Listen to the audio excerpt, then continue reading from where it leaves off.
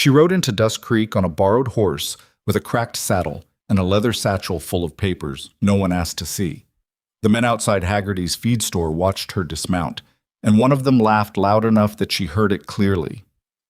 Evelyn Ashcroft was 28 years old, wore her dark hair pinned back with a pencil still stuck through the knot, and carried herself like someone who had been underestimated so many times she'd stopped finding it surprising. The Holloway Ranch was dying. Everyone in 3 counties knew it. What nobody knew was that it hadn't died on its own. If you want to find out who buried the Holloway Ranch and and how one woman dug up the truth, stay until the end. Hit that like button and drop a comment telling me what city you're watching from. I want to see how far this story travels. 7. The morning Evelyn arrived at the Holloway Ranch, the gate was hanging from one hinge. She stopped her horse just short of the property line and looked at it for a long moment. Not because it was the worst thing she'd seen on a struggling ranch, but because it told her something specific. A gate that had been broken by weather or accident would have fallen differently. This one had been yanked sideways, the top hinge bolt sheared clean. Someone had done it in a hurry or done it on purpose. She filed that away and rode through.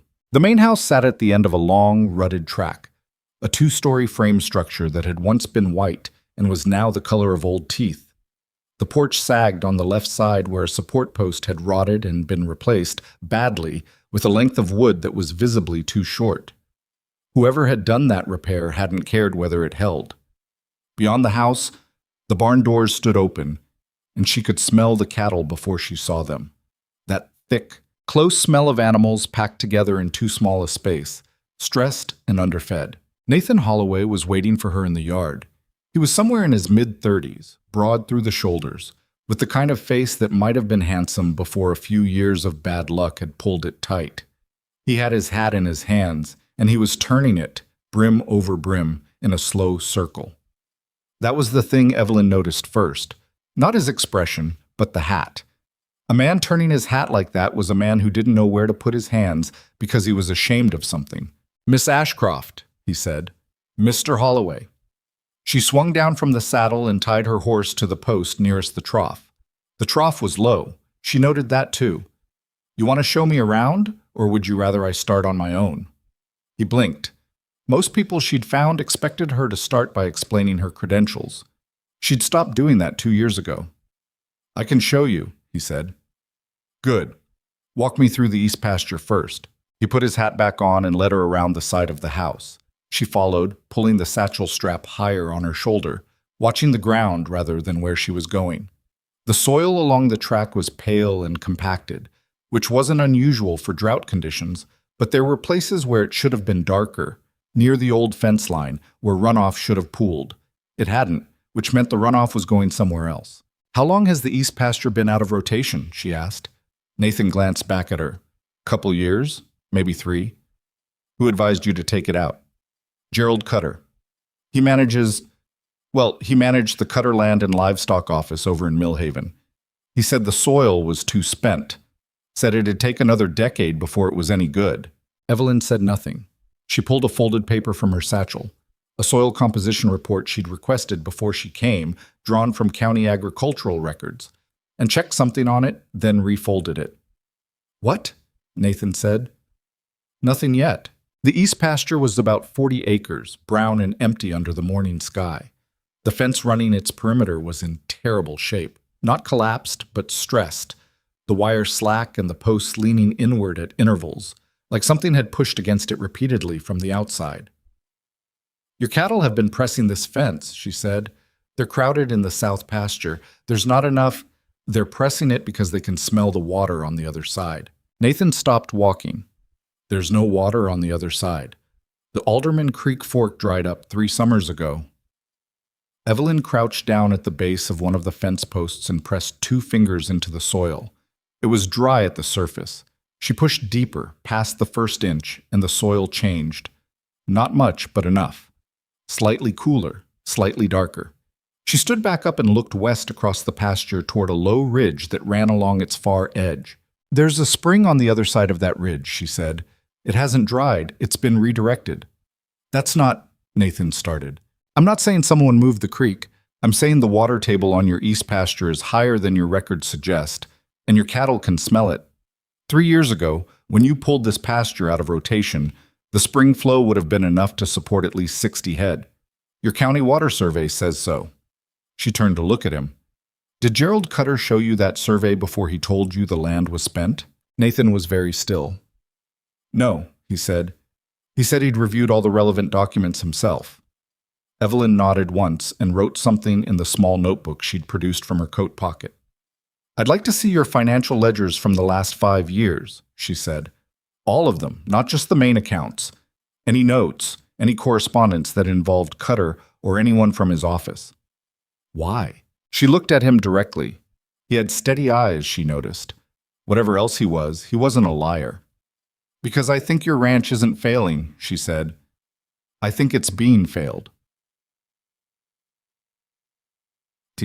Nathan's study was a small room off the main hallway, its shelves crowded with the kind of accumulated paperwork that comes from years of trying to keep track of a losing operation. Invoices, correspondence, folded survey maps, notices from the county land office. There was a roll-top desk pushed against the far wall with a broken lock and 3 wooden crates on the floor that held older records, their cardboard labels water-stained and barely legible. He showed her in and stood in the doorway, uncertain. Do you want coffee? He asked. Please. I should tell you, the hands are going to be back by noon, and 2 of them are already talking about quitting. If you're planning to... I'm planning to spend the morning in here, she said. Then I want to walk the south pasture and look at the water situation. Then I want to inspect the herd. That's a full day. Yes. She was already pulling a ledger from the shelf, scanning the dates on the spine. 1887. She set it aside. Do you have anything from earlier than 85? There might be something in the crates. I'll find it. He left, and she heard him moving down the hallway, heard the sounds of the kitchen, a cast-iron pot being set on the range. The house was very quiet otherwise. No voices, no movement upstairs. She'd noticed on the way in that one of the upstairs windows had a broken pane patched with newspaper, and the newspaper was yellowed, which meant it had been that way for a while.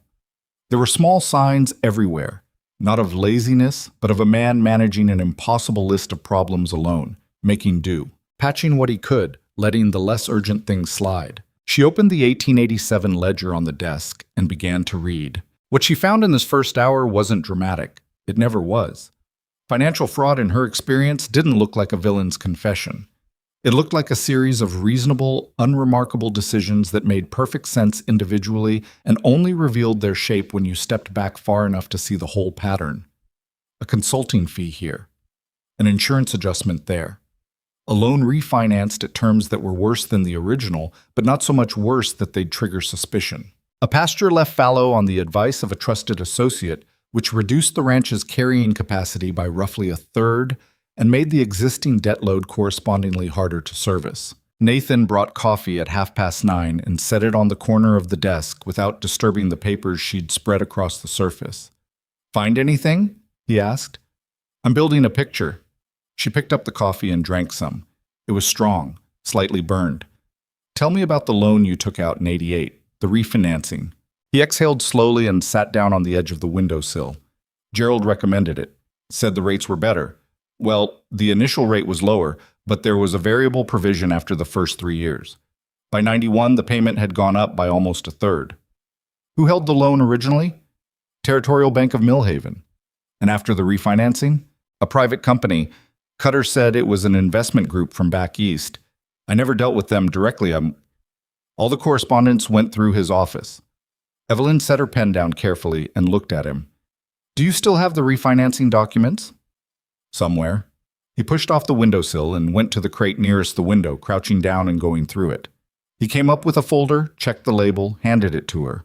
She opened it, read through the first 2 pages. Then she read them again, more slowly. Nathan, she said. What? The investment group that holds your loan. It's listed here as Meridian Agricultural Holdings. She looked up. Is that name familiar to you? No. It should be. Gerald Cutter is listed as a founding director in the county business registry I pulled before I came here. She watched his face carefully. He refinanced your loan through a company he partly owns, while advising you to do the refinancing. The silence in the room was specific, not the quiet of a man taking in information, but the quiet of a man realizing something he'd been afraid to look at directly for a long time. He stopped. That's not necessarily illegal on its own, she said. Plenty of things look like conflict of interest and turn out to be complicated but legal. But it's a thread. She closed the folder and set it in the stack she'd started on the left side of the desk. I'm going to need you to let me keep working. I never said you couldn't. No, but you're going to want to stop me at some point, when it gets uncomfortable.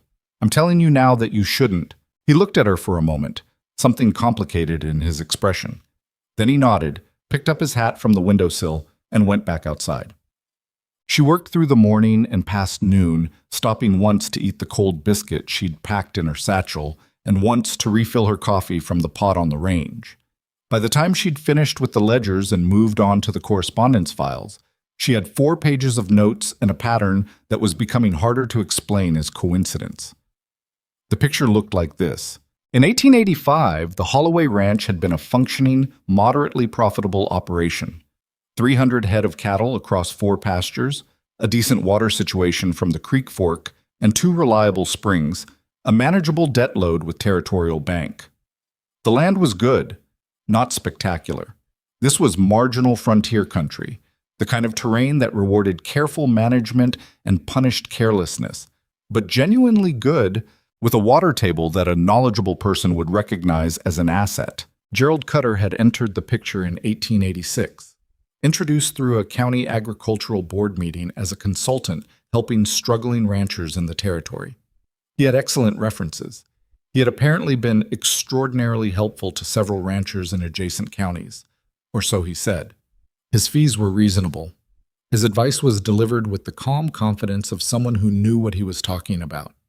Over the next 6 years, he had recommended taking the east pasture out of rotation, citing soil exhaustion that county records suggested was significantly overstated, facilitated the loan refinancing, obscuring his ownership interest in Meridian Agricultural Holdings, advised against rebuilding the secondary water infrastructure after a partial collapse in 1890, claiming repair costs would exceed the benefit, which Evelyn noted was directly contradicted by estimates she'd seen from 2 different construction outfits that had offered bids at the time. Repeatedly counseled Nathan to hold off on selling cattle during market peaks, citing various reasons: disease risk in transit, soft futures prices, unfavorable weather for drives, with the result that the Holloways had consistently missed their best-selling windows. Separately, Cutter's company had purchased 3 adjacent properties in the same period, all at distress prices, all from ranchers who had received similar advice. Evelyn had found reference to 2 of those sales in letters from neighboring landowners in Nathan's correspondence files. One of them had written to Nathan in 1891. Gerald Cutter told me the same thing he told you about the East Quarter. I wonder sometimes. The letter was unsigned at the bottom. She turned it over. Nothing else. She sat back and looked at the ceiling for a moment, pressing her fingers together. This was the shape of it. Not a sudden theft. Not dramatic villainy. Just a quiet, patient, systematic dismantling. The kind of thing that only became visible when you assembled all the pieces at once and stood far enough back to see the whole structure. She packed the most critical documents into her satchel and went to find Nathan. Oltz. He was in the south pasture with 2 of his hands. A lean older man named Roy, and a younger one, probably 20, who she'd learned later was called Denny. They were assessing a section of fencing along the pasture's northern edge, where the wire had come completely loose from 3 consecutive posts. The cattle were keeping their distance from the gap, which told her they weren't being aggressive about it, but they would be eventually, especially if their water situation deteriorated further. I need to talk to you, she said to Nathan. Roy glanced at her without expression. Denny looked at his boots. Give us a minute, Nathan said to them. They moved off down the fence line, not quite out of earshot, but far enough. He turned to face her. What did you find? She told him. Not all of it. Not the details she was still working through, but the shape.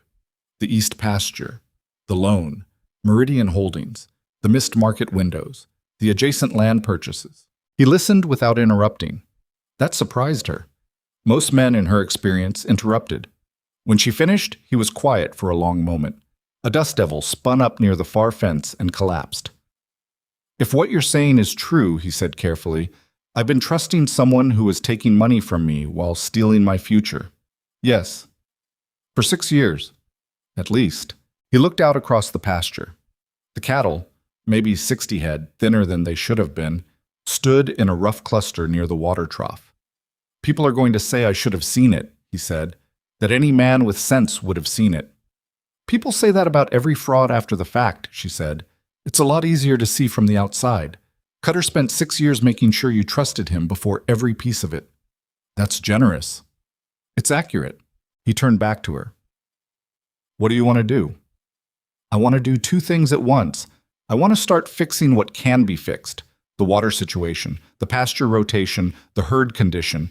We do that because it has to be done, and because, she paused, choosing the next words precisely, because when this goes to any kind of formal proceeding, I want the ranch's recovery to be evidence.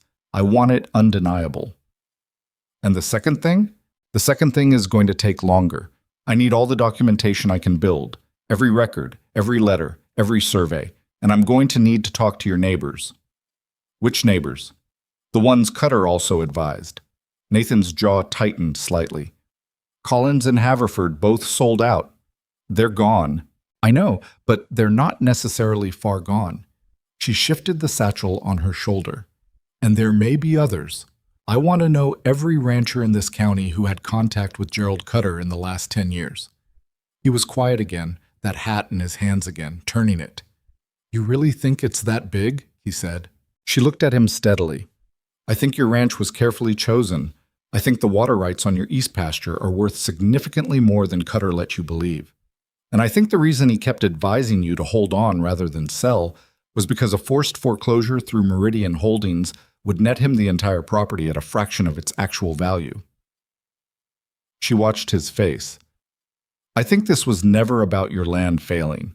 I think it was always about someone else getting rich when it did. The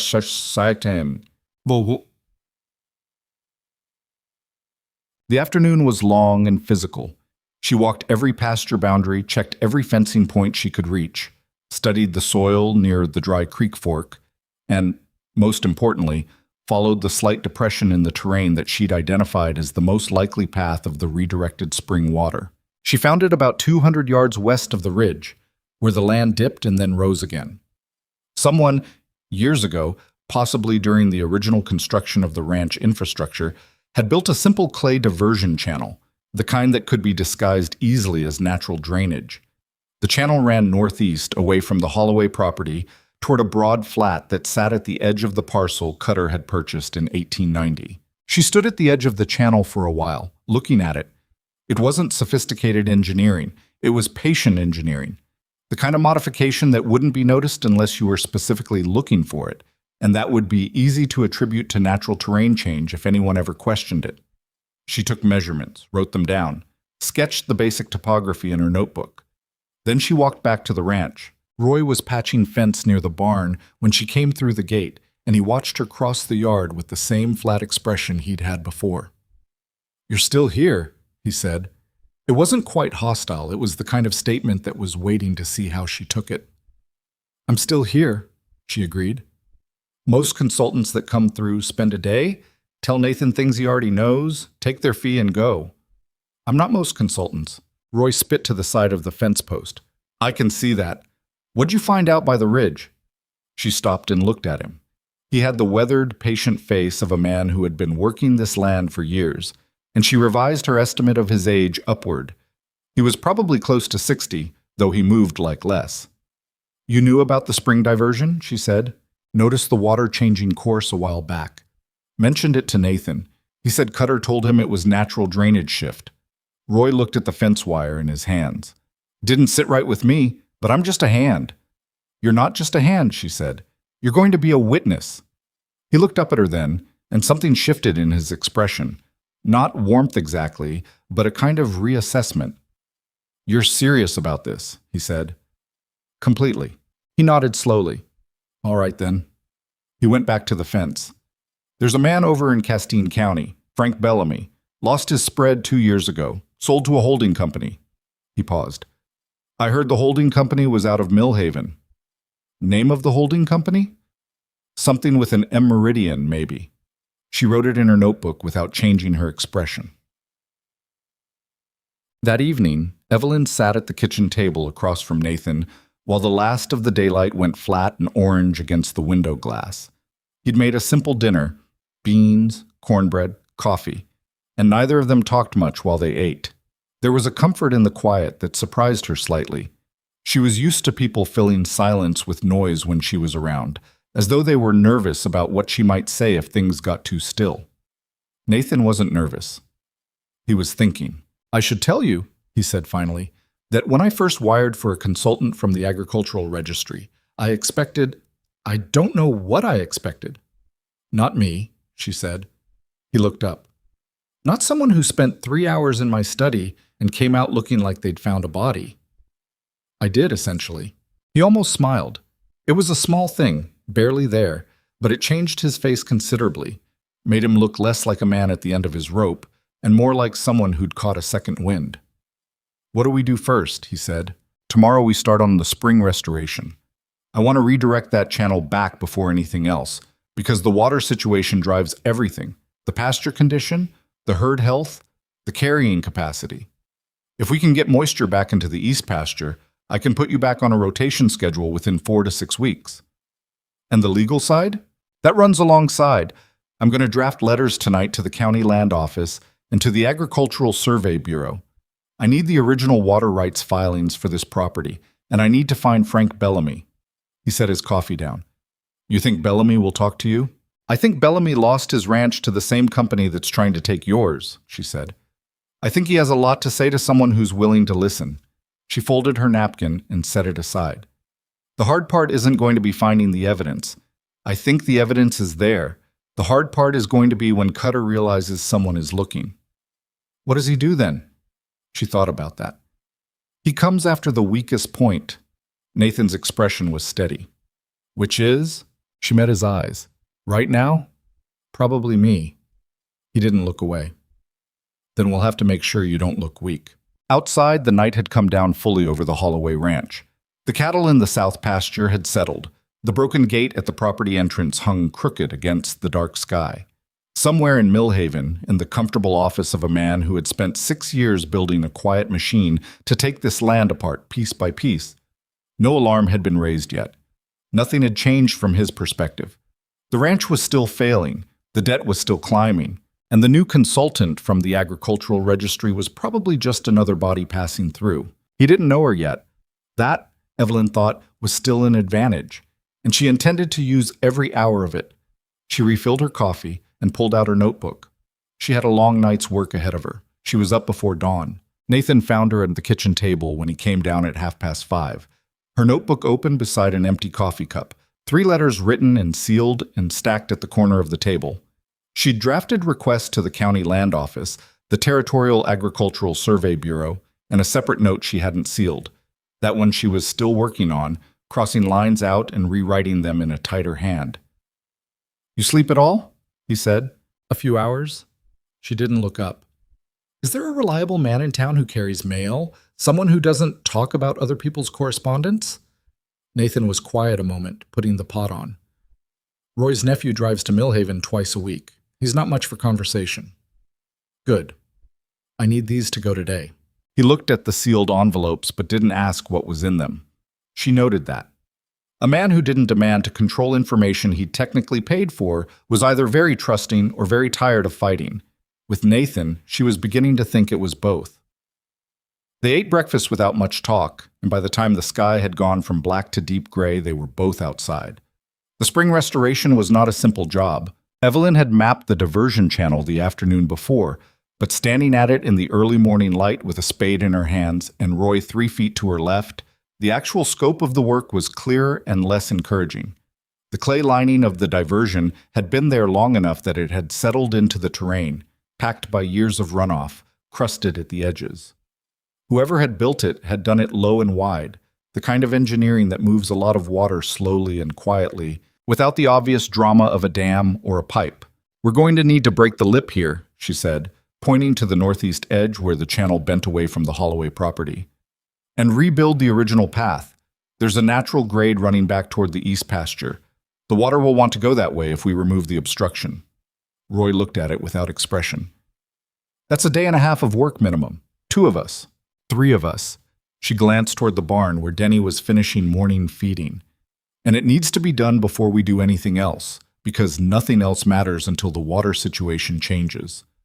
Roy exhaled through his nose, which was as close to enthusiasm as she'd seen from him. All right. They worked through the morning. It was hard physical work, breaking the clay crust, shifting compacted soil, redirecting what had been a settled piece of landscape back toward its original path. Evelyn worked alongside them without comment, which she could tell surprised both Roy and Denny. Denny, in particular, kept glancing at her sideways as though waiting for her to step back and give instructions while they did the heavy part. She didn't. By 11, they'd broken the channel's diversion lip and could see the water beginning, slowly, uncertainly, to find the lower grade toward the east pasture. It was barely more than a seep at first, a darkening of the soil, a suggestion of moisture in ground that had been dry for 3 years. Roy stood back and looked at it. Huh, he said. Give it a few days, she said. By the end of the week, you'll have flow. He looked at her with something that wasn't quite respect, but was closer to it than anything she'd seen from him. You've done this before. Water redirection, yes. Outside of Laramie 2 years ago. Similar situation. She wiped her hands on her trousers. Different cause. He didn't ask about the different cause. She appreciated that. Nathan had been in the south pasture most of the morning, shifting the cattle away from the overtaxed section of the fence they'd been pressing.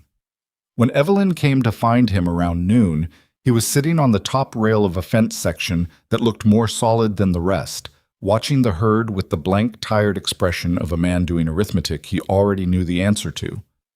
Water's moving, she said. He looked at her. Already? Slowly. But yes. She climbed up and sat on the rail beside him, which was not something she'd normally do. She was aware, always, of how much space she took up in situations like this, how much permission she was implicitly asking for. But she was tired, and the rail was there. The east pasture could carry 60 head inside of 3 weeks if we rotate properly. That takes pressure off the south completely. He was quiet for a moment, watching a thin cow near the back of the herd. 60 head, he said. I'm down to 112 total. I was at 240 in 87. I know. That's not drought numbers. A bad drought year, you're down 25%. I'm down more than half. I know that too. He turned to look at her. Where did they go? The rest of them? Some you sold. At the low prices Cutter recommended, in the off-season windows he advised. Gee, I try.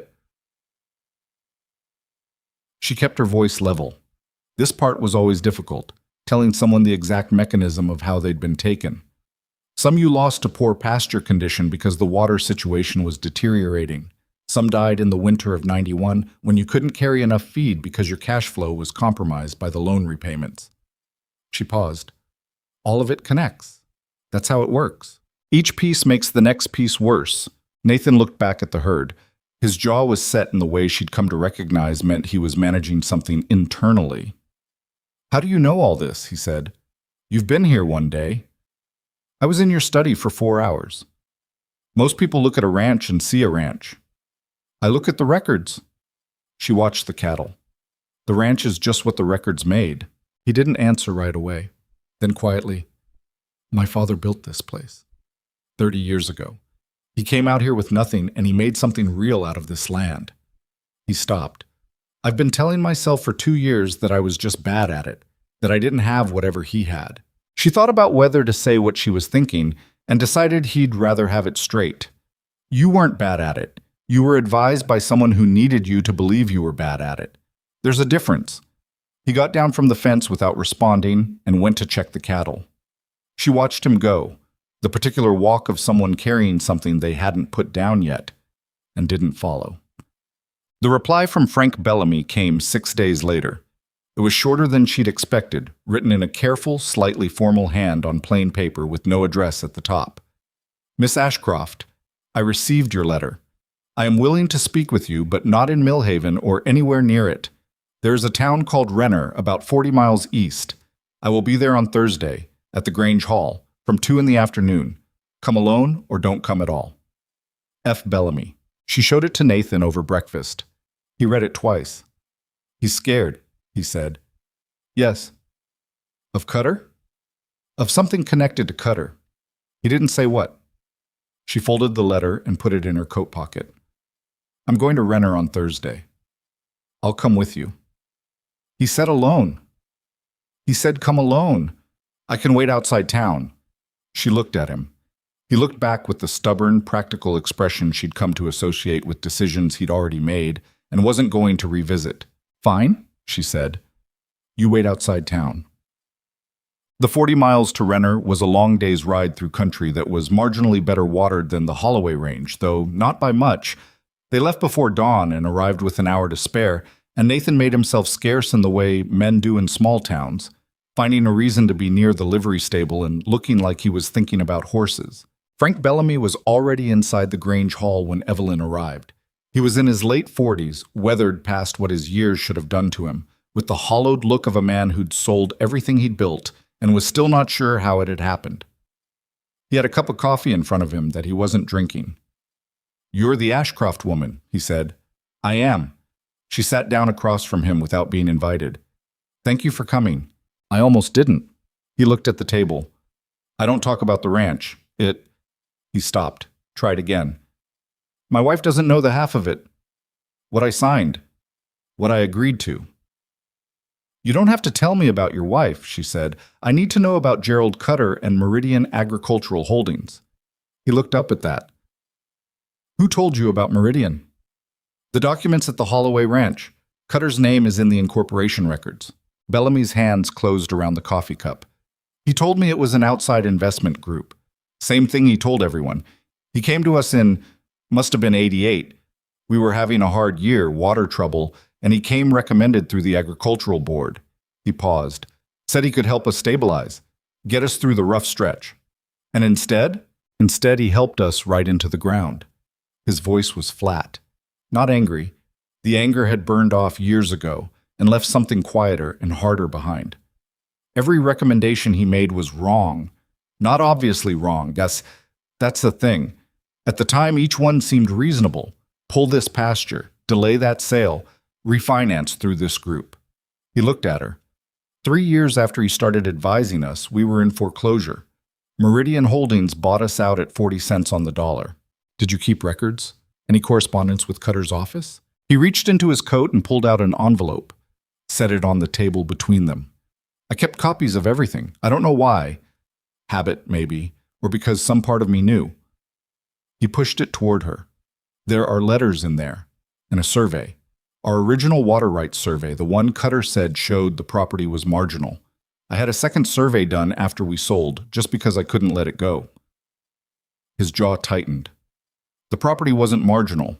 It was assessed wrong, deliberately wrong, to justify a low valuation. She opened the envelope and looked at the survey on top. Compared it, mentally, to the one she'd found in Nathan's study. The methodology was similar, the same company, and written at the bottom in a different hand from the original survey language, a small notation she'd have missed if she weren't looking, an assessor's name, T. Hollis, on behalf of Meridian Agricultural Holdings. She looked up at Bellamy. The assessor was working for Meridian when he surveyed your property. Yes? He looked like a man who had been sitting on that knowledge for 2 years with no idea what to do with it. I figured that out eventually. Didn't know what good it did me by then. We'd already signed. It does you good now. She held up the survey. May I copy this? I'll return the original. You can keep the original. He stood up, pushing back from the table. I've had enough of looking at it. He stopped before he turned away. Miss Ashcroft, whatever you're trying to do, I hope you can do it. But you should know that Cutter has connections with the county land office, people who owe him favors or money or both. If you start making noise, he'll push back. I know. I mean, he'll push hard. He came after me when I started asking questions. Nothing dramatic, just things. My wife hearing rumors about my decisions, my old supplier getting a letter suggesting my credit wasn't reliable. Small things. His voice was steady, but she could hear what was underneath it. The kind of things that make a man feel like the air is getting thin. She held his gaze. I've worked in thin air before, Mr. Bellamy. He looked at her for a moment, then nodded once and left. She was quiet most of the ride back. Nathan didn't press her. He rode with the easy silence of a man who'd learned that silence had its uses. And after about 10 miles, she told him what Bellamy had said. The second survey, the assessor's conflict of interest, the coordinated pressure that came when questions got asked. T. Hollis, Nathan said. I know that name. He surveyed the east pasture for Cutter back in '89. She looked at him sharply. You have that survey? Somewhere in the study, I think. We need to find it tonight. They found it 3 hours later, Nathan going through the oldest crate while Evelyn went through the correspondence files a second time with Bellamy's envelope on the desk beside her. The Hollis survey was folded inside a brown envelope between two property tax notices, dated August 1889, and signed at the bottom with the same notation she'd seen on Bellamy's copy. T. Hollis, on behalf of Meridian Agricultural Holdings. The same assessor, the same company. 2 ranches, same fraudulent methodology, same interest at the bottom of the page. Nathan stood very still when she showed him. He had the survey done before he recommended taking the pasture out of rotation, she said. He already knew the water table. He was giving you advice based on information he was keeping from you. Nathan set the survey down on the desk with a careful, deliberate movement, as though if he put it down gently enough, nothing would break. I need some air, he said. She let him go. She heard his boots on the porch boards, heard the creak of the railing as he leaned on it. She sat at the desk and added the survey to her evidence stack and made careful notes in her notebook. Dates, connections, chain of custody, what each document showed. After a while, the porch went quiet, and then Nathan came back in. He looked steadier. What do we need? He said. We need at least 2 more ranchers with similar stories. We need the original water rights filing for this property, which should be in the county land office records. And we need to know how many properties Meridian Holdings has acquired in this county in the last 10 years. She looked at him. I think it's more than 3. He pulled out the chair across from her and sat down. How do we get that without Cutter knowing we're looking? Carefully. She turned a page in her notebook. The land transfer records are public. Anyone can request them. I'll do it through a name he won't connect to us. She paused. Do you have a lawyer? Someone you trust? There's a man in Castine County, Daniel Marsh. He handled my father's estate. He's straight. Write him tonight. Don't put details in the letter. Just ask him to request the Meridian Holdings transfer records from the county office on behalf of a private client. Tell him I'll explain when I reach out. Nathan looked at her across the desk, the lamp between them throwing a warm, unsteady light across the papers, and the stacked evidence, and the careful, accumulating record of everything that had been done to him. You really think we can beat him? He said. It wasn't quite a question. She looked at the survey in her hand. Bellamy's face in the Grange Hall. Roy's word about Frank Bellamy's spread in the first place. The letter signed by a neighbor who'd written, I wonder sometimes, and hadn't quite dared to say the rest. I think he made the mistake of doing this too many times, she said. And too many times means too many people. And too many people means someone, eventually, kept their records. She set the survey on the stack. We just have to find them before he figures out we're looking. Outside, the ranch was quiet under a clear, cold sky. The east pasture was still mostly dry, but in the low ground near the ridge there was a faint, darker line where the water had begun, slowly and without drama, to come back. Small changes, the kind that didn't look like much from a distance. Evelyn added a page to her notes and kept working. Daniel Marsh's reply arrived on a Tuesday, 9 days after Nathan sent the letter. Evelyn read it standing at the kitchen counter while Nathan watched her face for information. Marsh had been careful. He'd written in the kind of measured legal language that didn't commit to anything outright, but the substance was clear enough. He had requested the Meridian Holdings transfer records from the county land office as instructed. What he'd received had taken him, by his own admission, 2 days to fully process. Meridian Agricultural Holdings had acquired 11 properties in the county over the past decade. 11. Not 3, as Evelyn had initially estimated. 11 separate ranches and farmsteads, all purchased at distress prices, all within 18 months of a foreclosure action or forced sale. The earliest acquisition dated back to 1883. Gerald Cutter had been at this for a very long time. 11, Nathan said when she put the letter on the table. At minimum, Marsh notes these are only the recorded transfers in this county. There may be adjacent counties with similar patterns. Nathan sat down slowly, like a man whose legs had made a decision his brain hadn't quite caught up with yet. That's not a scheme, he said. That's an operation. Yes. She folded the letter and set it on the evidence stack, which had grown considerably in the past 2 weeks. A thick, ordered pile of documents held together with a length of cord she'd found in the barn. Which changes what we're dealing with. This isn't something that gets settled with a letter to the county land office. This needs a formal hearing. Hearing. He looked at her. In front of who? The Territorial Land Commission. They have jurisdiction over water rights fraud and fraudulent property assessment. If we can put the pattern in front of them, the surveys, the loan documents, the Meridian connection, Bellamy's testimony, they have the authority to freeze Meridian's existing holdings pending investigation and void any foreclosure actions that relied on fraudulent assessments. Nathan was quiet for a moment. That's a lot of if. It is. She didn't soften it. Cutter will know something is coming before we get there. He has people in the county office. Bellamy told us that. The moment Marsh requested those transfer records, there's a chance a clerk mentioned it to someone. So we're already on a clock. We've been on a clock since I walked through your gate. The pressure arrived faster than she'd expected. It came first as a rumor, the kind that travels through a small community the way smoke travels through a closed room, finding every crack. Roy heard it at the feed store in Dust Creek on a Thursday morning, that the new consultant at the Holloway Ranch had been dismissed from a previous position in Laramie under unclear circumstances, that her credentials from the agricultural registry were disputed, that Nathan Holloway was being advised by a woman who had no formal training and had fabricated her references. Roy brought it back to the ranch and reported it to Evelyn in the flat, factual tone he used for most things. How many people were talking? She asked. 3 that I heard, but the way they were talking, it wasn't new information. They were repeating something. She nodded.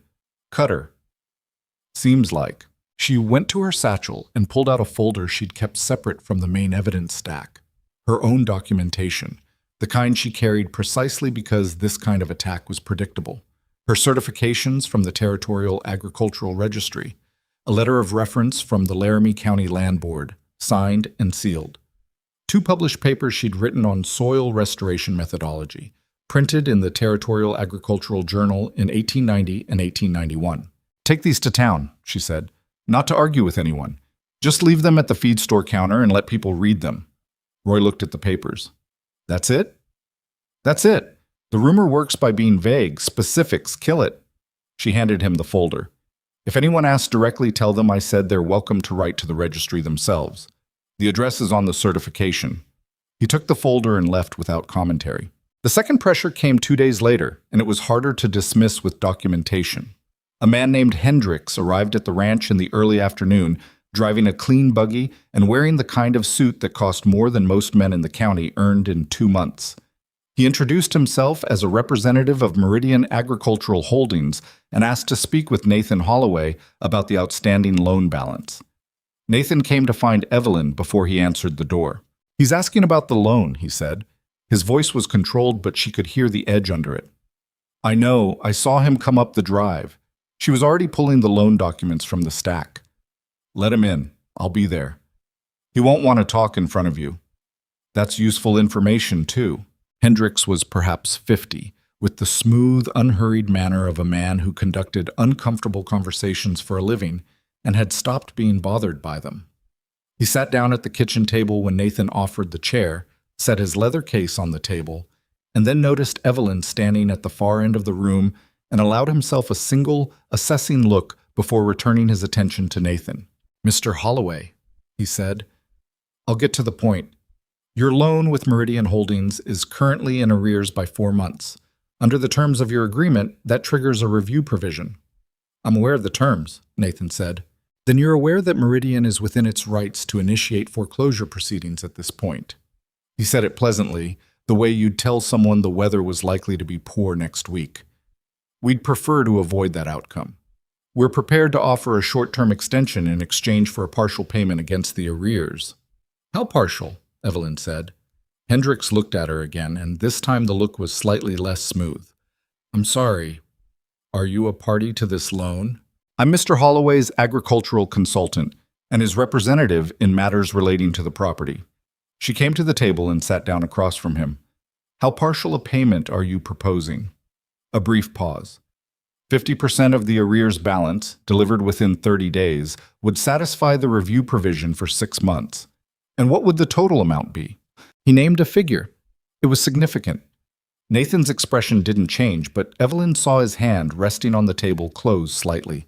That figure, she said, is based on the variable rate that kicked in after the 3rd year of the loan, the rate that was not disclosed as a possibility in the original refinancing materials Meridian provided. She opened the loan folder and placed the original document on the table facing Hendricks. Paragraph 6, subsection 3. The variable provision is referenced, but the rate schedule is not attached, and Mr. Holloway's signature does not appear on the rate schedule separately, as would be required under territorial lending regulations for provisions that materially affect total cost. Hendricks looked at the document, then at her. I'm not a lawyer, Miss Ashcroft. You don't need to be. I'm not asking for a legal ruling.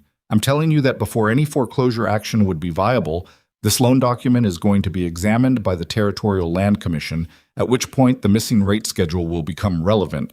She held his gaze. You can carry that back to whoever sent you. He was quiet for a long moment, the pleasant expression not quite gone, but reduced to something mechanical. A face held in a position rather than an expression that meant anything. I'll relay your concerns to my client, he said. Please do. She stood up, which ended the meeting in a way that was impossible to mistake. Thank you for making the trip. After Hendricks had gone, Nathan stood at the window watching the buggy roll back down the drive. He didn't say anything for a while. That'll get back to Cutter by tonight, he said. Yes. He'll know we're going to the commission. He probably already suspected, now he knows. She started reorganizing the documents he'd displaced by putting the loan folder on the table. It means we need to move faster. The next week was the hardest of the whole stretch. They rode out to 2 more former ranchers. A widow named Clara Hutton, who had sold her property in 1891 and was now living in a rented room above a dry goods store in a town called Paris, and a man named Art Deacon, who had lost his spread in 1889 and was working as a hired hand on someone else's land 20 miles from the property he'd once owned. Both of them had been visited or contacted by people they couldn't directly connect to Cutter, but who had made clear, in various careful ways, that it would be inadvisable to speak about their former dealings. Clara Hutton told Evelyn this in a small, tidy room that smelled of lavender and old paper, with her hands folded in her lap and her voice absolutely steady. A man came to see me last spring, she said. Very polite. Said he was from a civic organization. But the things he asked about what I remembered from the sale, about any documents I might have kept, it wasn't civic interest. And at the end, he said something about how litigation was costly and stressful, especially for women in uncertain circumstances. She looked at Evelyn directly. I understood what he meant. But you kept the documents, Evelyn said, a thin, precise smile. I kept everything. She pulled a box from under her narrow bed. My husband always said the difference between a good farmer and a bad one was the same as the difference between a good lawyer and a bad one. Paper. The box contained 2 years of correspondence with Cutter's office, the original property assessment, and most critically, a letter from T. Hollis, the assessor, sent to Cutter's office and mistakenly forwarded to Clara Hutton as part of a misdirected correspondence. The letter referred explicitly to a valuation target that Hollis had been asked to reach, independent of actual survey findings. Evelyn read it twice. Mrs. Hutton, she said, this letter is direct evidence of instructed fraud. I know. Clara looked at it without touching it.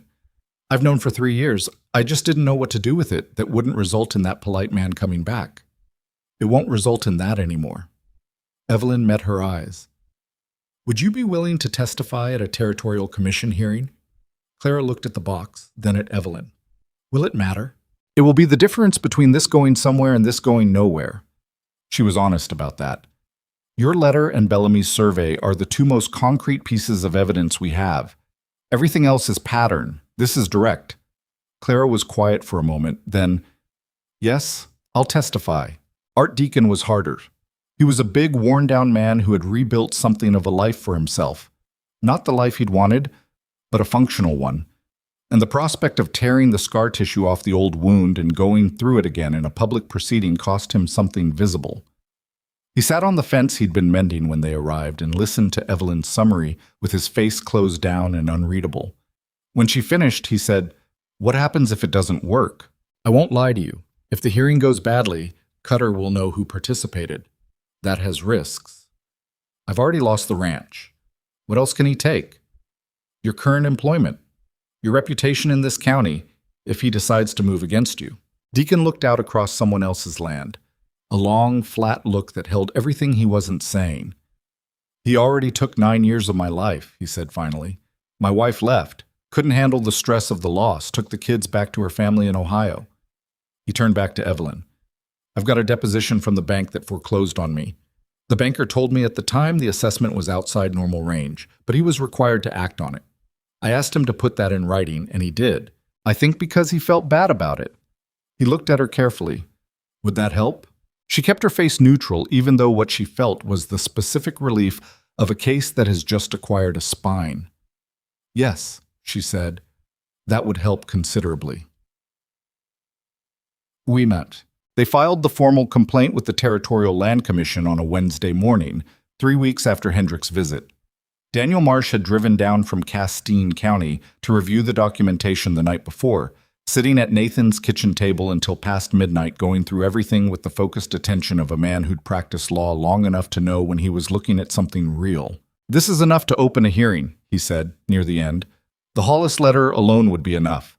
Everything else makes it airtight." "Cutter will challenge my qualifications," Evelyn said. "He's already started that in town." "Let him." Marsh set down the letter and looked at her over his reading glasses. "Your documentation is better than anyone he could bring. And frankly, the challenge will backfire. Nothing makes a commission pay closer attention than a defendant trying to attack the person who filed against him instead of the substance of the filing."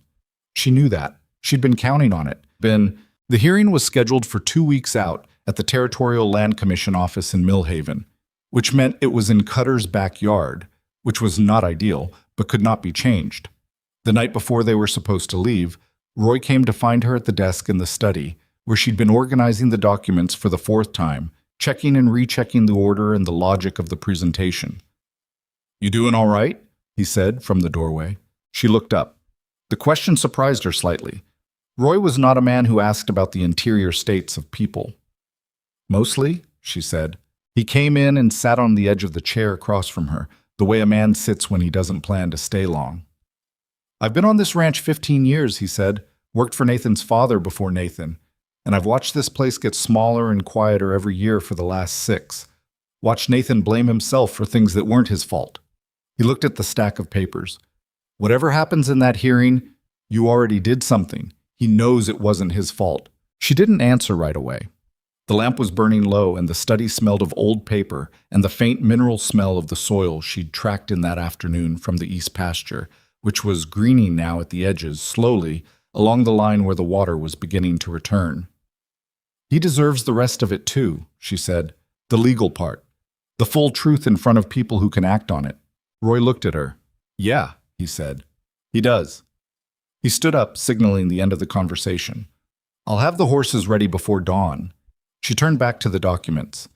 Outside, the Holloway Ranch was quiet under a clear sky, and 200 yards to the east, the pasture that had been dead for 3 years was beginning, slowly and without any drama, to come alive again.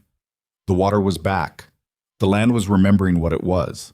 Evelyn checked the Hollis letter one more time, confirmed its place in the sequence, and closed the folder. They were ready. Millhaven was larger than Dust Creek by enough to matter. It had a proper main street with a bank, 2 hotels, a land office with painted lettering on the window, and the kind of settled commercial confidence that comes from a town that has decided it is permanent. The Territorial Land Commission office sat at the north end of the street in a building that had once been a courthouse, its facade recently whitewashed and its sign newly lettered. It looked, Evelyn thought, as they rode in on a gray morning with a cold wind coming off the flats, like a building that took itself seriously. Gerald Cutter's office was 4 blocks south. She'd noted the address from the county business registry. She didn't look at it as they passed. Marsh had arrived the evening before and secured rooms at the smaller of the 2 hotels. He met them in the lobby at 7 in the morning, already dressed, already carrying his case, with the focused, slightly clipped manner of a lawyer on the morning of a proceeding. Cutters filed a motion to exclude your documentation on chain of custody grounds, he said, before either of them had spoken. It came in yesterday afternoon. Evelyn set her bag down. Which documents? The Hollis letter primarily. He's arguing that a document forwarded in error and held by a private individual for 3 years has compromised evidentiary integrity. That's a weak argument. It's a delay argument. He doesn't expect it to succeed. He expects it to force the commission to spend the first hour of the hearing on procedure rather than substance. Marsh looked at her steadily.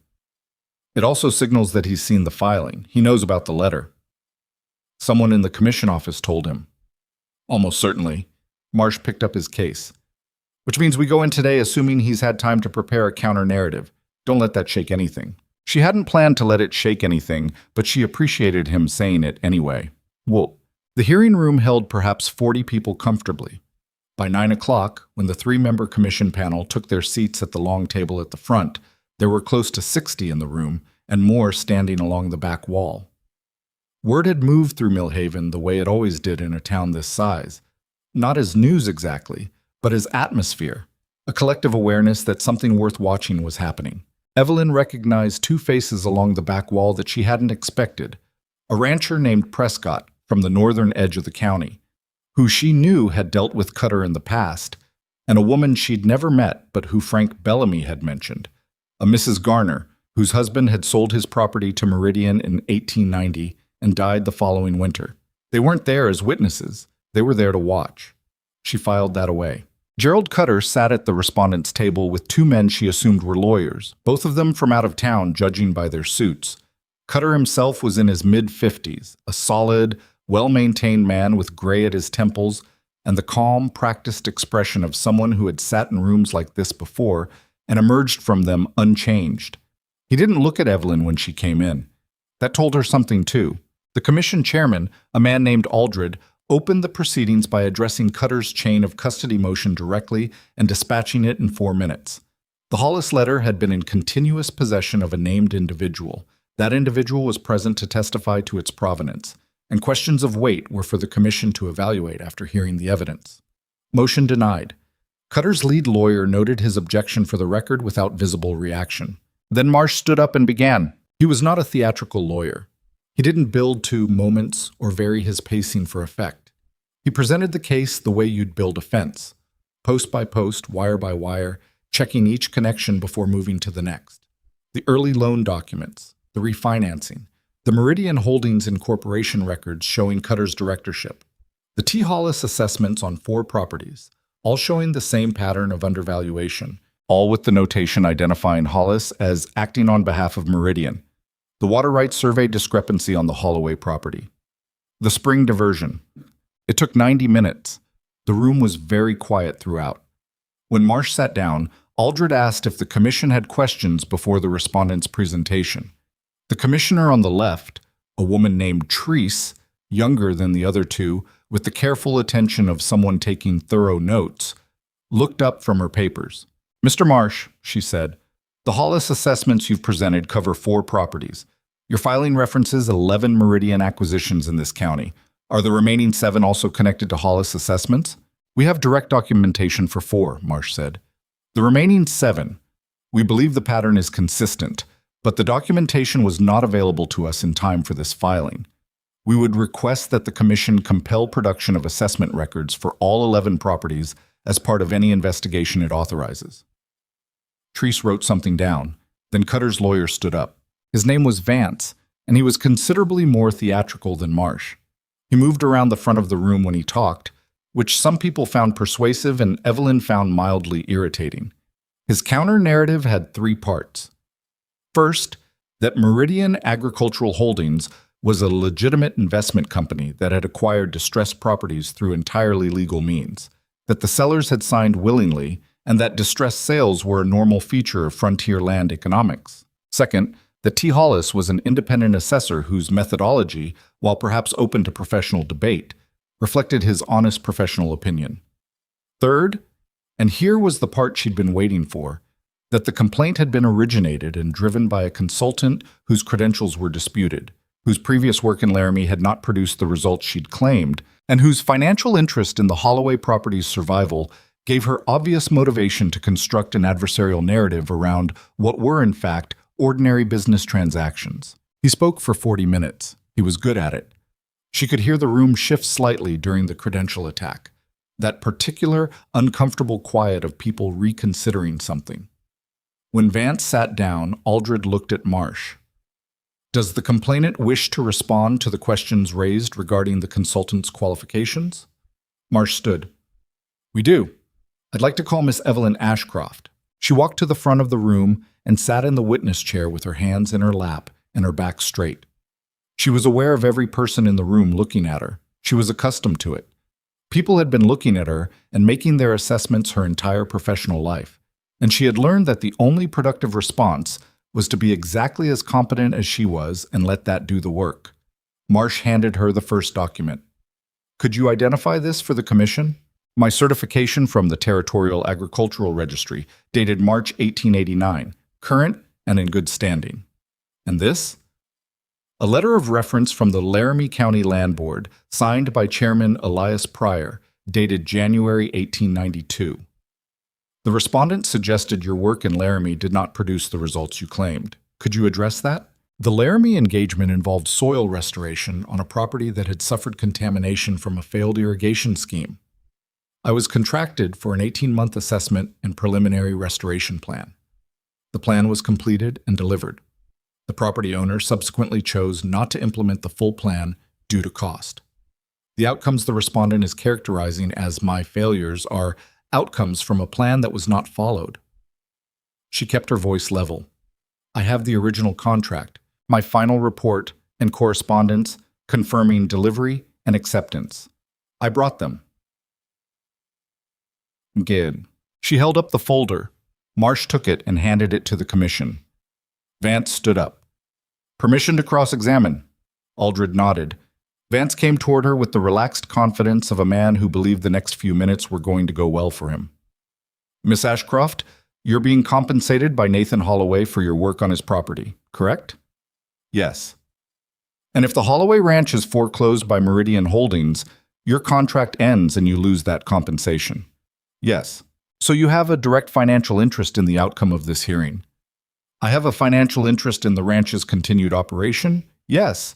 That's true of every consultant in every engagement. She looked at him steadily. It doesn't change what the documents show. He shifted slightly. You've characterized Gerald Cutter's business activities as a coordinated fraud scheme.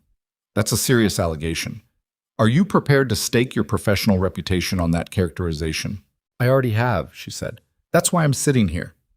A few sounds from the back of the room. Not quite laughter, not quite approval. Something in between.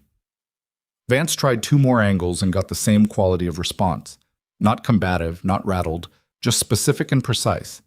After the 4th question that went nowhere useful for him, he thanked her and sat down with the studied nonchalance of a man trying not to show that the last 10 minutes had not gone as planned. Frank Bellamy testified after lunch. He was composed in a way that Evelyn suspected had cost him something significant to achieve, and he told his story without embellishment and without visible emotion, which was more persuasive than either would have been. He produced the 2nd survey. The one showing his property had not been marginal, and the assessor notation at the bottom.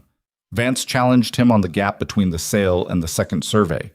Bellamy said quietly that he'd spent 2 years trying to understand what had happened to him before he could bring himself to look at the paperwork again. The room was very still when he said that. Clara Hutton testified next, and the Hollis letter went into the record. Vance objected twice during her testimony, was overruled twice, and did not attempt a 3rd objection. Art Deacon's banker's deposition was read into the record by Marsh in a clear, unhurried voice. The banker had written, "The assessment provided by T. Hollis on behalf of Meridian Agricultural Holdings fell significantly below comparable properties in the same district. I expressed concern about this discrepancy at the time and was informed by Hollis that the valuation was final. I proceeded with the foreclosure action as required by the bank's loan terms, but I note for the record that the assessment appeared to have been designed to reach a specific figure rather than reflect market conditions. When Marsh finished reading, Commissioner Treese asked him to read the last sentence again. He did. The room was completely quiet. Cutter, at the respondent's table, was looking at the surface of the table in front of him. He'd stopped looking at witnesses about halfway through the afternoon. One of his lawyers leaned over and said something close to his ear. He didn't respond.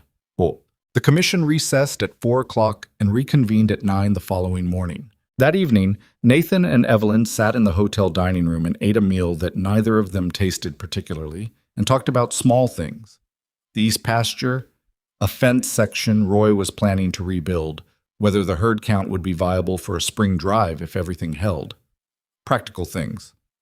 The kind of conversation that fills the space when there's nothing useful left to say about the thing you're actually both thinking about.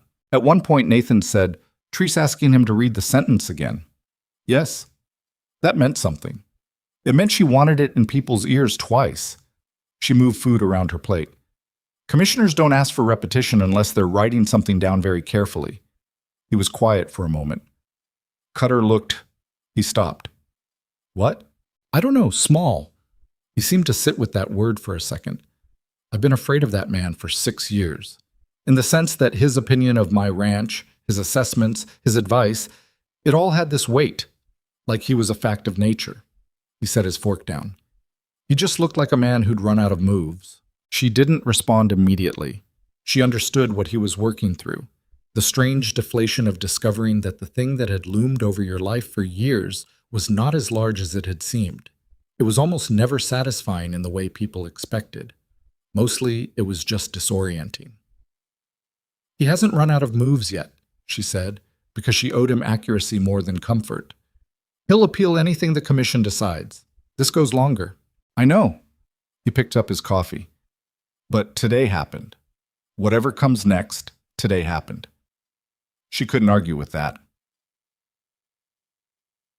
The commission's preliminary ruling came down the following morning before the session formally reconvened. Aldred read it standing, which was unusual and which caused the room to go quiet before he'd spoken a word. The commission found sufficient evidence to open a full fraud investigation into Meridian Agricultural Holdings and its affiliated assessor T. Hollis. Pending the outcome of that investigation, all foreclosure actions by Meridian Holdings against properties in the county were suspended. The commission further requested that the Territorial Attorney General's office review the loan documentation related to Meridian Holdings for compliance with territorial lending regulations. Additionally, and this was the part that changed the shape of the room, the commission was formally requesting that the 11 property owners or their representatives who had sold to Meridian Holdings between 1883 and 1892 come forward to provide testimony or documentation. As the existing record suggested, the pattern of conduct extended significantly beyond the cases presented. When Aldred finished, the room did not erupt. It got louder in a controlled way. The sound of 40 people processing information and beginning to talk quietly to one another. Along the back wall, Prescott and Mrs. Garner were both standing very still. Vance immediately filed a formal objection to the suspension of foreclosure actions and requested an emergency stay. Aldred acknowledged the filing and told him it would be reviewed by the full commission within 2 weeks. Evelyn was gathering her documents when she became aware that someone had come to stand beside her. She looked up. It was Mrs. Garner, small, somewhere in her 60s, with the kind of face that had once been lively and had learned to be careful.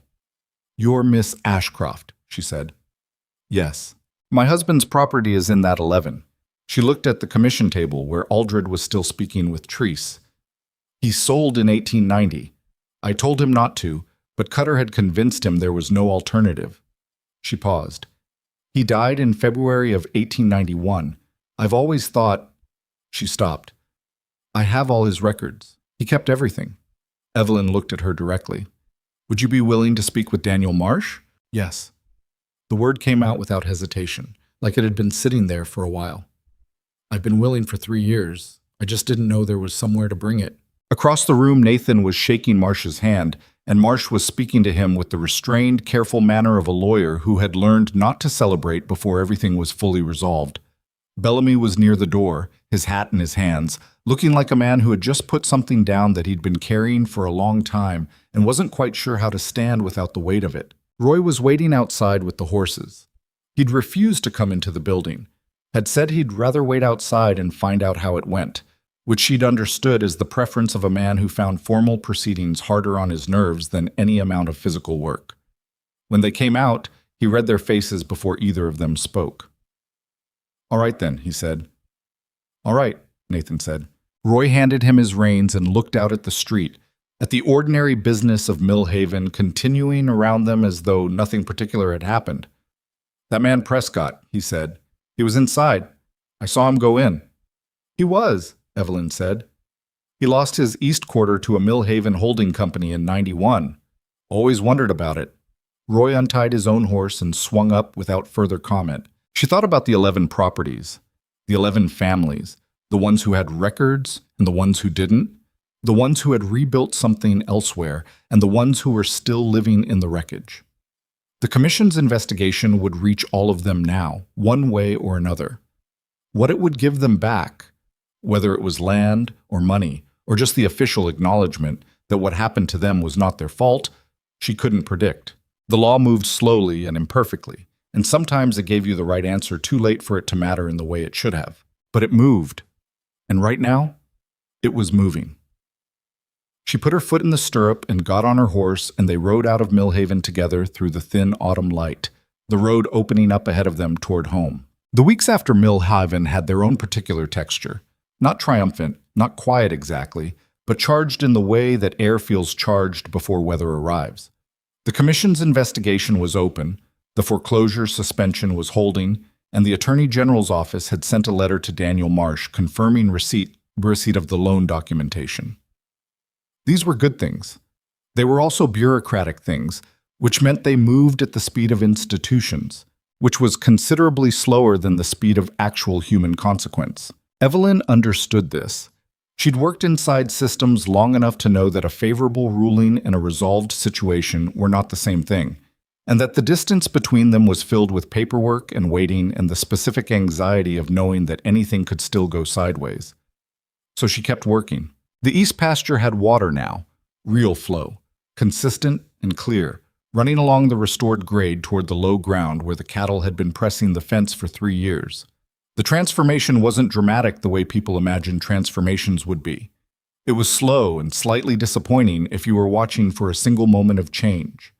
The grass came back in patches, uneven and scrubby at first, the kind of growth that looks like it might not amount to anything. Then one morning she walked the perimeter and realized the patches had connected, and the pasture that had been pale and dead when she arrived was now, in its imperfect recovering way, green. She put 40 head in it on a Wednesday and watched them for an hour to see how they moved. They spread out properly, grazing without the anxious crowding she'd seen in the south pasture, which told her the pressure on the remaining herd was already easing. Roy watched from the fence rail with his arms crossed. "My father ran cattle on this pasture," Nathan said from beside her. "I hadn't seen it like this since I was maybe 12. She didn't say anything. Sometimes a thing didn't need commenting on. Vance's appeal of the foreclosure suspension was denied in the 3rd week of November. Marsh sent word by telegraph, a single line. Appeal denied, suspension confirmed, investigation proceeding. Nathan read it at the kitchen table and set it down and went outside and didn't come back in for about 20 minutes. When he did, he looked like a man who had breathed out for the first time in a long while. The investigation itself was moving faster than Evelyn had expected, which she suspected had something to do with the number of people coming forward. After the Commission's public request, 7 more property owners or their families had contacted Marsh's office. 7, on top of the 4 whose cases were already documented.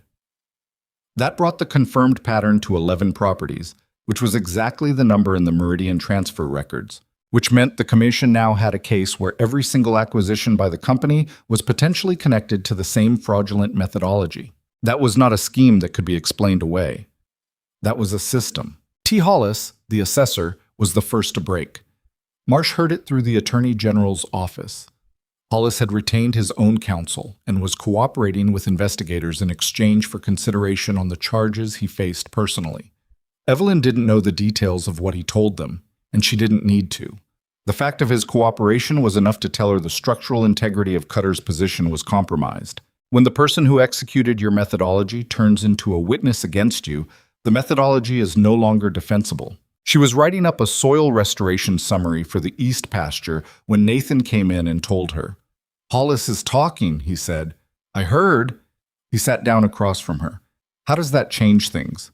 Cutter's lawyers were building a defense around the idea that the assessments reflected legitimate professional opinion. If Hollis testifies that he was given target valuations to reach rather than conducting independent assessments, that defense is gone. She set her pen down. The fraud case becomes significantly easier to prove without having to rely solely on documentary evidence. Nathan was quiet for a moment. "What happens to Cutter?" "That's up to the Attorney General's office and whatever charges they bring. The Commission handles the civil side, voiding the fraudulent transactions, compensating affected parties where possible, restoring water and land rights. The criminal side is separate." She looked at him. "It's possible he avoids serious criminal consequences. He has resources and good lawyers, and the law is imperfect." Nathan absorbed that. "That bothers you?" "Yes," she said, without pretending otherwise. "But the civil outcomes matter. Getting the land rights corrected, getting the fraudulent loan structures voided, those are real things that affect real people. It's not nothing because the criminal piece is uncertain." He nodded slowly. "No," he said, "it's not nothing." The final commission ruling came down on a Thursday in early December, 6 weeks after the Millhaven hearing. Marsh rode out to the ranch to deliver it in person, rather than sending word by telegraph, which told Evelyn something before he'd even dismounted. Men who brought bad news sent telegrams. Men who brought news they wanted to see brought it themselves. He spread the ruling on the kitchen table and walked them through it. The commission had voided the Meridian Holdings loan to Nathan Holloway on the grounds that the loan document lacked the required disclosure of the lender's identity, and the rate schedule had not been separately executed as required by territorial lending regulations. The loan was null. The arrears that had been accumulating for 4 years, the mechanism by which Meridian had been building toward foreclosure, were erased. The water rights on the Holloway property were confirmed and formalized in Nathan's name, including the spring that had been diverted.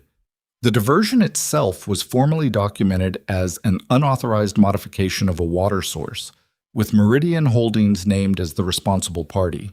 The T. Hollis assessment of the East pasture was voided, and a correct assessment entered into the county record. The correct assessment was, as Evelyn had expected, significantly higher than the one Hollis had produced, higher, in fact, than the surrounding comparable properties, because of the water rights now formally attached to the land. The Commission's investigation into the remaining Meridian acquisitions was ongoing, with 4 additional properties already identified for assessment review and the Attorney General's fraud investigation running parallel. Marsh finished his summary and looked up. Evelyn looked at the ruling, then at Nathan. He was reading the section about the water rights. Reading it slowly, the way you read something you want to make sure is real. His index finger moved along the line of text without touching the paper, just tracing the words. "It's in there," she said. "I know." His voice was not quite steady. "I just want to—" He stopped. "My father spent 2 years fighting the county over these water rights, before I was born. He finally got them formalized in 1871. And then Cutter—" He stopped again. She gave him the silence. After a while, he looked up. "Thank you," he said. It came out simply, without ceremony, which was the right way for it to come out. She nodded once. "The hard part was the people who kept their records," she said. "Bellamy, Clara Hutton, Deacon's banker. You can't build a case out of nothing. You build it out of what people had the patience and the stubbornness to hold on to." She looked at the ruling. "That's what beat him, not me. The paper trail that outlasted his confidence that no one would look." Marsh packed up his case. "I'll file the formal acknowledgement with the county land office tomorrow morning. Within 30 days, the corrected records will be entered and the voided loan will be struck from your credit history." He paused at the door. "There's one more thing. 2 of the other affected property owners, The Garner estate and a man named Prescott have asked if you'd be willing to consult on their land restoration. Both properties are currently held by Meridian, but will likely be returned to the families once the investigation completes its civil process. He looked at Evelyn. They want to know if they can hire you when the time comes. She looked at Nathan. He was watching her with an expression that didn't push anything, didn't ask for anything, just waited. Tell them yes, she said. The winter settled over the Holloway Ranch in the way that winters did in that country. Not gradually, but decisively, the temperature dropping over 2 days from cold to serious cold, the sky going the particular flat white that meant snow was coming. Evelyn had stayed past the point her original contract specified, which she was aware of without being troubled by it. There was still work to do. The herd management through the winter, the continued monitoring of the spring flow to make sure nothing disrupted the restoration before it fully stabilized, the ongoing correspondence with Marsh about the legal process. She told herself those were the reasons she was still there. She mostly believed it. One evening in the second week of December, when the first real snow had come and the ranch was quieter than usual under a white sky, Nathan found her at the kitchen table doing the kind of work she always seemed to be doing. Notebooks, soil records, a letter half-drafted to the Territorial Agricultural Journal, which had requested an article about her water rights restoration methodology after Marsh had mentioned her work to someone who mentioned it to someone else. He sat down across from her and put a cup of coffee on her side of the table, which was by now a gesture so familiar that neither of them remarked on it. The journal article, he said, looking at the draft. Is that the first one? Third, she said. The first two were on soil restoration. This is the first on water redirection in fraud-compromised properties. She paused. That's not the official title. Something almost like a smile.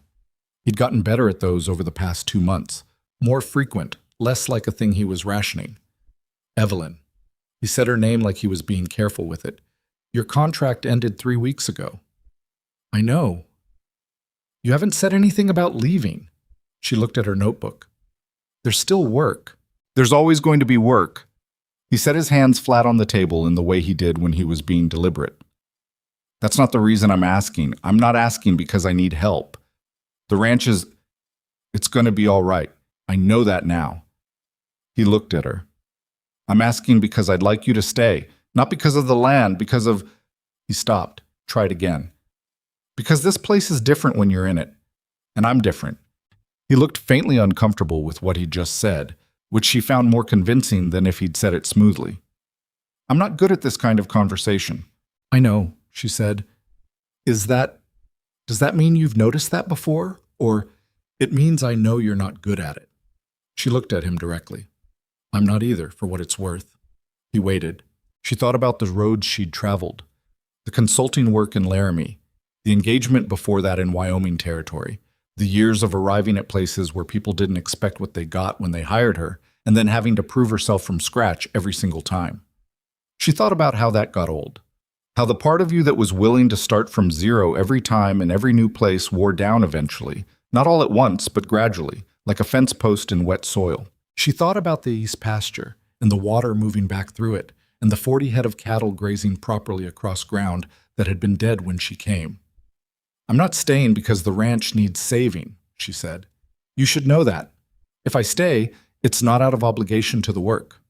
I know that. And I'm not easy to be around. I work strange hours, and I don't make things comfortable. I've noticed that too. And I'll take the Garner and Prescott consultations when the time comes. That's not negotiable. I never said it was. She looked at him. He looked back. Outside, the snow had started again, light and steady, covering the yard and the fence line and the pastures that were recovering their shape under the white. In the barn, the cattle were settled. The spring was running clean through the restored channel toward the east pasture.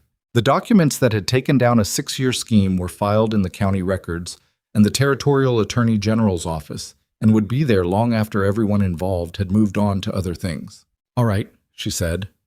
He nodded once, the way he acknowledged most things, without ceremony, just a confirmation that something real had passed between them.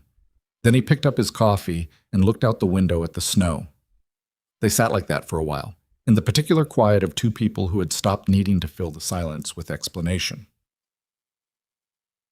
Timba, There is something that nobody tells you about the kind of fight Evelyn Ashcroft spent those months in. The kind that isn't physical, isn't dramatic in the way stories usually are, but requires a different kind of endurance entirely.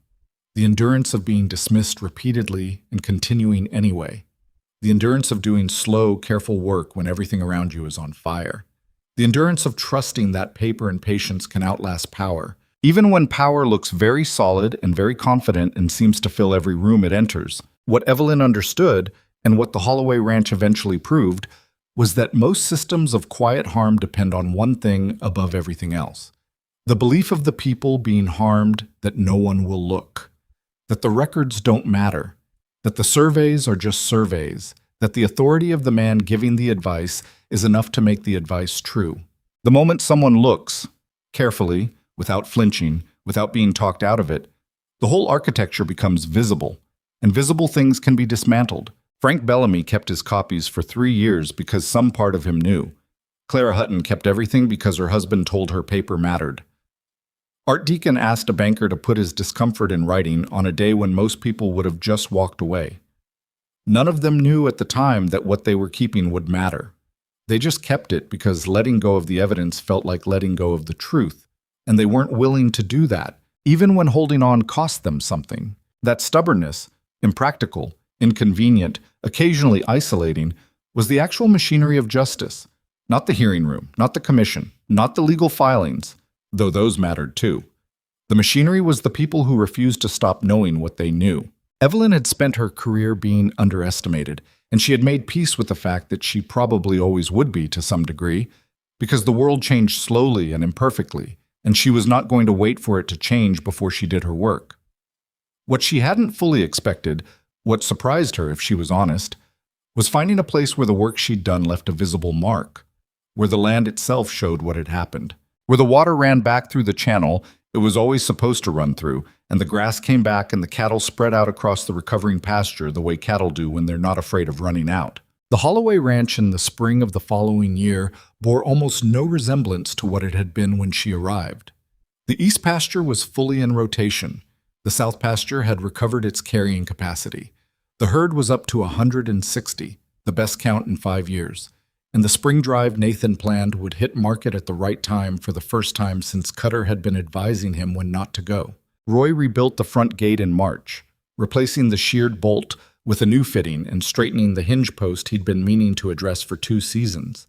He did it on a Tuesday morning without announcing it, and when Evelyn rode back in from the east fence line that afternoon and saw it hanging square and level in the frame, she stopped her horse and looked at it for a moment. Small things. The shape of a place when someone is taking care of it. She rode through the gate and across the yard and put her horse up, and went inside where Nathan had already put the coffee on. The water was running. The land was coming back. And outside, under the wide, indifferent sky of the frontier, the Holloway Ranch stood on its own ground. Not perfect, not without history, not without the scars of what had been done to it, but standing and tended and alive. That was enough. That was, in the end, exactly enough.